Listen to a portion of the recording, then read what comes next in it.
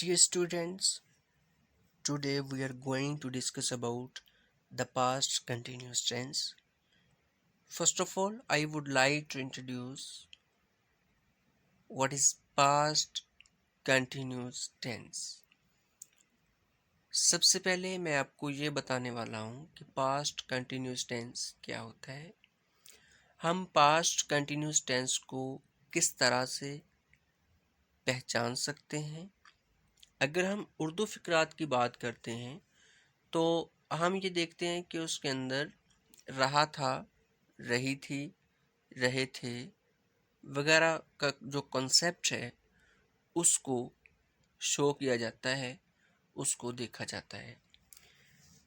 But when we talk about the English sentences, जब हम English sentences के मुतालिक बात करते हैं तो हम वॉज या वर या सेकंड फॉर्म का यूज़ जो है हम उसको देखते हैं।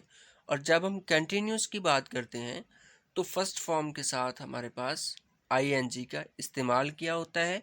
और हेल्पिंग वर्ब आपको पता है कि पास्ट टेंस में कंटिन्यूस की बात जब करते हैं तो वॉज या वर का यूज़ होता है। तो चलिए गाइस, हम चलते हैं अपने पॉजिटिव सेंटेंसेस की तरफ और देखते हैं कि हम पॉजिटिव सेंटेंसेस को किस तरह से अपनी सेल्फ राइटिंग में यूज़ कर सकते हैं। हम किस तरह से पॉजिटिव सेंटेंसेस को खुद से क्रिएट कर सकते हैं और अपनी सेल्फ राइटिंग को कैसे ब्यूटीफुल बना सकते हैं। तो गाइस, सबसे पहले हम सब्जेक्ट लिखते हैं, उसके बाद हमारा हेल्पिंग वर्ब होता है जो कि वॉज या वर है।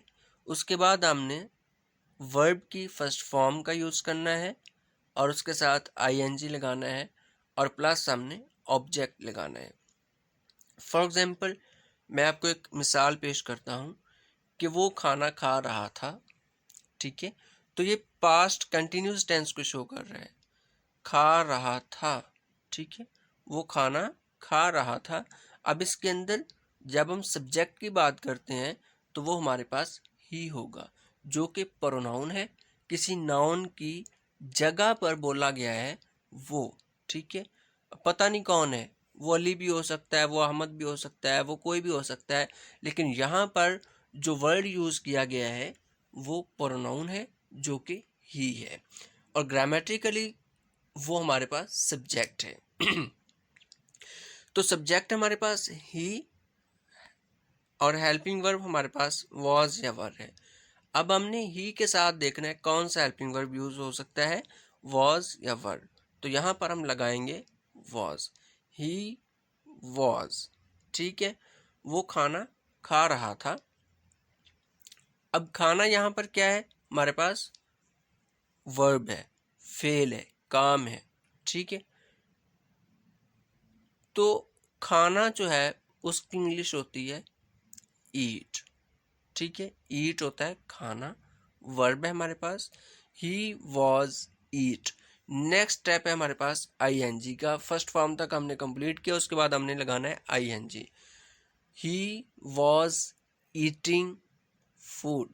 ठीक है, वो खाना खा रहा था, यानी कि भी खा रहा था, कंटिन्यूस की बात कर रहा है, उसने कंप्लीट नहीं किया था। ठीक है जी।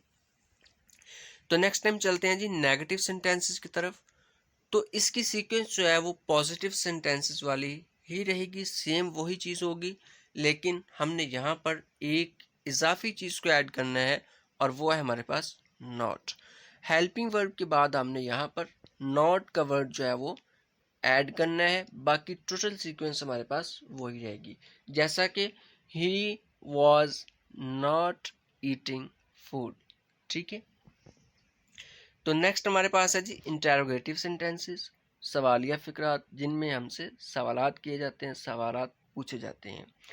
तो इसका बहुत ही इजी और आसान तरीकाकार ये है कि हमने हेल्पिंग वर्ब को बाहर निकाल देना है और सब्जेक्ट को हेल्पिंग वर्ब की जगह पे लिख देना है, जैसा कि वॉज या were plus subject plus first form of verb plus ING plus object. और लास्ट पर जो स्टूडेंट्स अक्सर मिस्टेक करते हैं वो क्वेश्चन मार्क नहीं डालते, तो बेटा आपने क्वेश्चन मार्क लास्ट में डालना है। एक और बात याद रखिएगा कि जब हम कोई भी स्टोरी लिखते हैं या कोई भी स्टोरी सुनाते हैं तो वो हमेशा गुजरे हुए वक्त की एक कहानी होती है, और स्टोरी को हम मोस्टली जो है ज़्यादातर पास्ट टेंस में ही लिखते हैं, ठीक है, वो पास्ट टेंस में ही लिखी जाती है। तो यहाँ पर हम बात कर रहे थे इंटेरोगेटिव सेंटेंस को किस तरह से बनाया जाता है। तो हेल्पिंग वर्ब को हमने बाहर निकाल देना है। रूल नंबर 2, जब भी हम कोई भी हेल्पिंग वर्ब को बाहर निकालते हैं तो बच्चे उसका जो वर्ड का पहला स्पेलिंग होता है वो हमने कैपिटल लिखना होता है, बड़ा लिखना होता है। जैसे हमने वॉज को बाहर निकाला है तो वॉज का जो डब्ल्यू है, जो लेटर है वॉज का फर्स्ट लेटर है, उसको हमने कैपिटल लिखना है, स्मॉल नहीं लिखना। वॉज या वर्ड, उसके बाद हमने सब्जेक्ट लिखना है, ही आ जाएगा हमारे पास। वॉज ही ईटिंग फूड, ठीक है, क्या वो खाना खा रहा था, हमारे पास ये सेंटेंस उर्दू में बनेगा। इंग्लिश की बात करें तो यहाँ पर हमारे पास आएगा वॉज ही ईटिंग फूड।